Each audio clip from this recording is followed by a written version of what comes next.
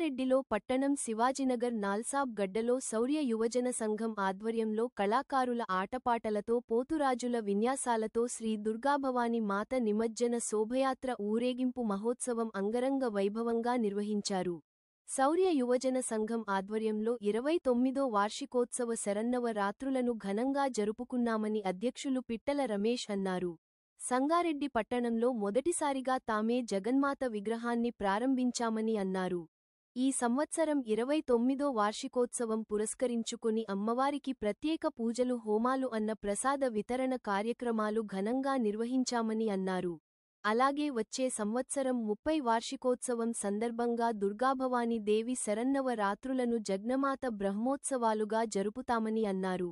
ఈ సందర్భంగా శ్రీదేవి శరన్నవ రాత్రులకు సహకరిస్తున్న స్థానిక కాలనీ వాసులకు, దాతలకు ప్రతి ఒక్కరికి ప్రత్యేక ధన్యవాదములు తెలిపారు.